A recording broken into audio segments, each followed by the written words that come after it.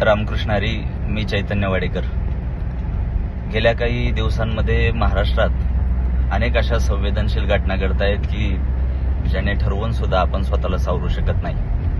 गेल्या आठवड्यात माझ्या पुणे जिल्ह्यातल्या शिरूर तालुक्यात अष्टविनायक मार्गावर असलेल्या छोट्याशा पिंपरखेड गावातल्या 12-13 वर्षाच्या रोहन बोंबे नावाच्या मुलाचा बिबट्यानं बळी घेतला आणि ही बातमी कानावर पडताच मन सुन्न झालं.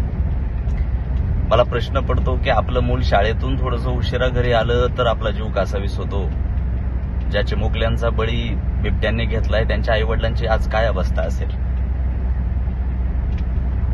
तसं बिबट्या हा विषय पूर्ण महाराष्ट्राचा झालाय, परंतु शिरूर, आंबेगाव, जुन्नर आणि माझा खेड तालुका या 4-5 तालुक्यांमध्ये बिबट्यांचं प्रमाण अधिक जास्त प्रमाणात आहे.